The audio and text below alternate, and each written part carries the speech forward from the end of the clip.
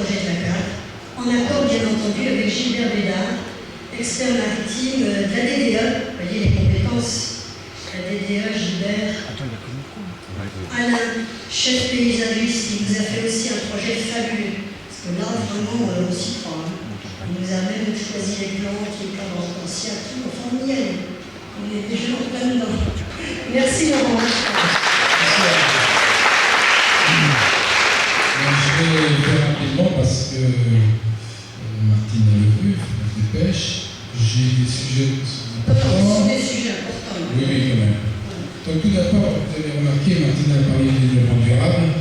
Je voudrais rappeler quelque chose, et le développement durable est une conception de l'intérêt public, développée depuis 1987 par l'ONU, et qui lie de façon interdépendante les questions environnementales, économiques et sociales.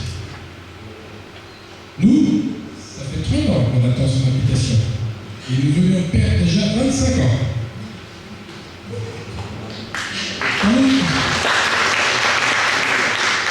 Quand nous serons élus, nous mettrons en place la concertation avec les Linéarais, le plan local d'urbanisme, de son petit nom le PLU. Ce document exprime un véritable projet sur tout le territoire de notre commune. Loin de l'actuelle urbanisation incohérente et spéculative qui va à l'encontre de l'identité de l'île. Le PLU, le plan local d'urbanisme, a pour but de trouver un équilibre entre le développement urbain et la préservation des espaces naturels. Il faut le savoir, Dinard est la dernière ville de France de plus de 10 000 habitants à ne pas avoir élaboré et mis en place un PLU. Pourquoi encore avoir attendu le dernier moment? Tiens, ça me rappelle quelque chose, c'est comme pour l'adhésion forcée à la Ligue des communes. Encore une triste réalité. La communauté de communes de Côte-des-Mondes vient de voter, dans laquelle nous faisons partie, enfin, vient de voter pour la période 2014-2020 un nouveau plan local d'habitat. Nos délégués agiront pour permettre aux jeunes ménages et aux familles démunies d'acquérir ou de louer une résidence principale à Dinard. Le développement d'Inard passe par la revitalisation du centre et par une gestion économe des espaces périurbains et naturels. À savoir, et comme on l'observe, il y a de nombreuses dents creuses laissées à l'abandon, faute d'une vraie politique d'aménagement de la ville. Nous aurons d'autres actions, du patrimoine historique aux immeubles des années 70, en passant par les pavillons mal isolés. Nous mettrons en place un programme d'aide pour l'amélioration et la rénovation de l'habitat. Il concernera plusieurs quartiers d'Inard, avec en priorité, comme nous en a parlé tout à l'heure Martina, le grand quartier, une grande réhabilitation du grand quartier de Saint-Alexandre.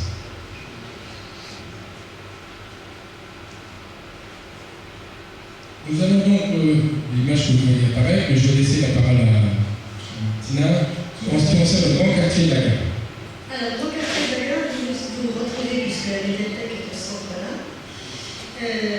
sur les centraux qui sont face à l'étude notariale, on envisage un jardin public.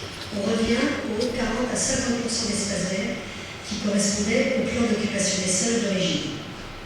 Le reste de l'espace peut être envisagé, effectivement, pour un institut de recherche technologique, par exemple, puisqu'on avait pensé aussi à toutes ces techniques du bâtiment qui rencontrent des difficultés sur le littoral, propre au littoral, et qui doivent lutter contre la nérule, l'iode, le sel, le vent, les tempêtes, des choses très caractéristiques du littoral. Ça existe en montagne. Il y a des instituts qui sont faits pour préparer ces métiers du bâtiment, les nouveaux produits et les nouvelles technologies. On peut l'envisager. On peut envisager bien sûr un velodrome. Là, je vais faire plaisir à certains qui sont venus et qui ont attendu jusqu'à maintenant rien pour ça.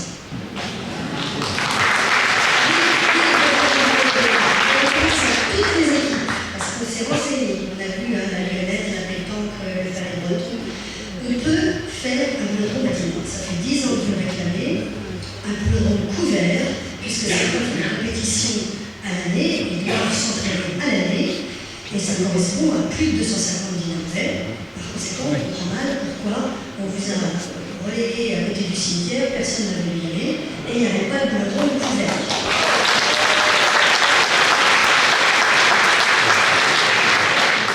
Et puis, un kiosque à musique, pourquoi pas, puisqu'on avait pensé aussi, ça avait existé à un moment au parc des Tourelles, les gens semblaient l'apprécier. Donc sur cet espace, jardin public. Ensuite, lorsqu'on prend à droite en partant vers le bord de la partie un peu jaune savonneuse, vous avez vu la tranche grise, là c'est le fossé des constructions qui se poursuivent sur la rue Ampère, puisqu'on a une barrière de béton déjà qui est bien dessinée là tout le long et qui va se poursuivre par cette partie brisée. Oui. Nous projetons des maisons individuelles, accessibles pour les jeunes ménages, des prix raisonnables pour qu'on puisse arriver à une accession à la propriété, donc des logements performants avec les normes même qui vont jusqu'à 2020 et des conditions de résidence principales. Ça nous permettra de faire vivre notre centre-ville, de faire vivre nos associations, de faire vivre nos commerces de proximité, de redonner un peu de vie à ce centre, à cette place de la gare. D'autant qu'on ne pense pas envisager de grands espaces, de grandes superficies, puisqu'il y a ce jardin public. Ça correspond à ce que les jeunes souhaitent aujourd'hui, maison individuelle. Et on continue ce projet superbe là, qui a été pensé par nos urbanistes et paysagistes et architectes. On va vers le terrain EDF-GDF. Là, on double, comme on l'avait déjà envisagé en 2008, le parking Raphaël Bell. Il s'agit de creuser davantage le parking qui existe, donner l'accès aux camionnettes, il faut qu'il y ait la hauteur des camionnettes, puisque Laurent a étudié le projet, la hauteur des camionnettes pour les jours de marché, avoir une deuxième donc, surface de 300 places de parking sur le dessus, sans que ça gêne les riverains, et ça peut être tout à fait arboré, paysager. Et puis, vous voyez la médiathèque, donc vous vous repérez, pour ceux-là qui connaissent bien ce trajet. Donc on peut arriver vers ce parking EDF-GDF et Raphaël Bell, qui est pour nous le cœur de ville, comme l'appelle Laurent, qui a fait ce joli dessin, où là on réunit tous les services de la ville. C'est-à-dire un projet de mairie, sans doute, et tous les services afférents au Dinardet. On peut là aussi penser à ce projet de crèche d'entreprise et de parking au sous-sol, en lien direct avec ce parking Raphaël Bell. Alors regardez ce projet, bien sûr que ce n'est pas contractuel, hein. Laurent s'est fait plaisir, mais moi je le trouve magnifique. On part de la médiathèque, on peut cheminer à pied, à vélo, là, le long du parcours savonneux, là, de couleur sable. On va vers ce pôle administratif, et puis on se dirige en fait vers la place du marché, puisque quand on arrive de la place de la gare et de l'ancienne voie de chemin de fer, c'est une trame tout à fait logique qui permet de partir de la trame de la voie de chemin de fer, et puis de passer par la médiathèque, passer par le chemin de la rue de la gare, traverser la médiathèque et descendre vers la place du marché avant de rejoindre la place de la République. On retraite.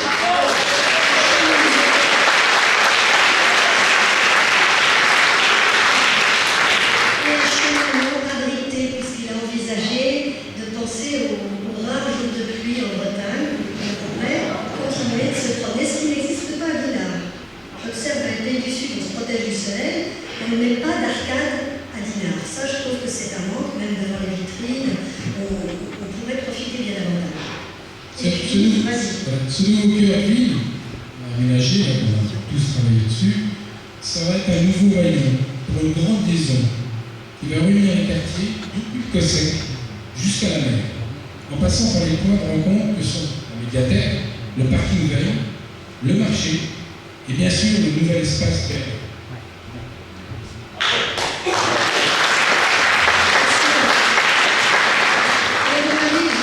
C'est la fin, on arrive à l'espace Vernet. L'espace Vernet, c'est ce qu'on souhaite être le centre-ville, le cœur de Dinard. Nous n'avons plus de place de village, de place de la République, qui soit un endroit de réunion, une place de village simple. On a plaisir à se retrouver, on vous donne rendez-vous.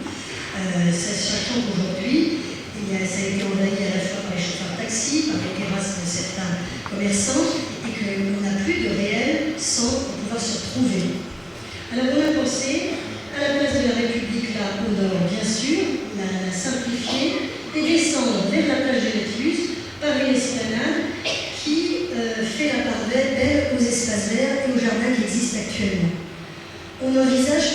paliers qui ne sont pas utilisés.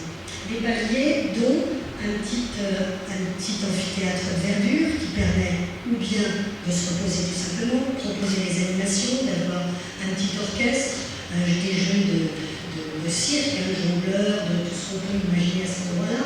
Et puis, il y a différents niveaux, si vous les connaissez bien, on peut faire pour différentes tranches d'âge, aussi bien des échecs en grand, ou bien des activités pour plus jeunes, ou pour des ados.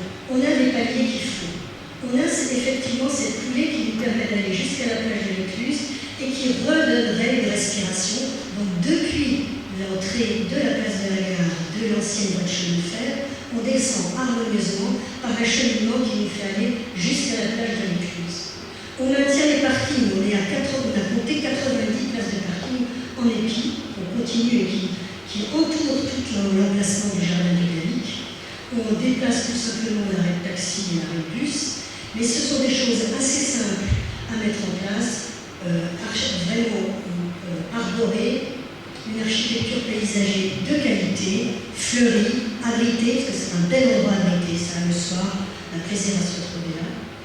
Et nous sommes les seuls à proposer un centre de ville qui maintienne une attractivité en préservant l'avenir des Desnardais. Nous ne prenons aucun risque sur les préventions de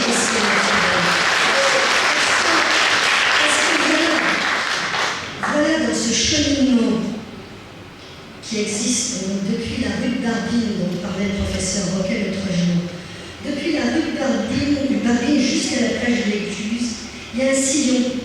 Il y a un sillon qui correspond à un calvé, là, un sillon de l'époque glaciaire, qu'il ne faut surtout pas enrayer, parce que la nature reprend toujours ses droits.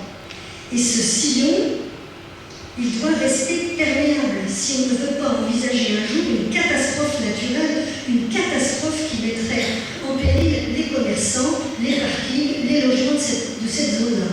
Parce que le projet qu'on nous propose souvent, c'est de bétonner cet endroit-là, d'aller y mettre commerce, 200 places de parking et des logements. Voyez ce qui s'est passé en 29. Ça, c'est la remontée de l'eau depuis la plage de l'Écluse, équinoxe, raz-de-marée, orage. Et la petite rue là, c'est la rue du Manège. C'est la rue du Manège qui va vers Stéphane Boutet aujourd'hui. Ça a été Venise pendant 2 semaines. 1 semaine et demie. Vous vous rendez compte? Moi j'ai un souvenir, alors c'est pas moi qui ai pris la photo. Hein. Je vous rassure quand même. Je l'ai dans la famille, alors quand même là. 1929, non, mais en 69 j'étais là. En 69, j'ai connu la tempête. J'étais au camping du Port-Blanc. Mon père qui est là. On était au camping du Port-Blanc. Les caravanes se sont retournées. Je ne sais pas si vous vous rendez compte de la force du vent et de la nature à Dinard ou ailleurs en bordure de mer. C'était impressionnant. La dernière fois que j'en ai parlé, j'ai trouvé des Dinardais qui se rappellent 69. Il y a eu de l'eau place de la République jusqu'à la cheville chez Boucher. C'était quand même... Bon, envisager de projeter, de faire des projets d'urbanisme à ces endroits-là, sans tenir compte des risques naturels qui existent, c'est une aberration. Et j'espère que la préfecture s'y opposerait. Voilà.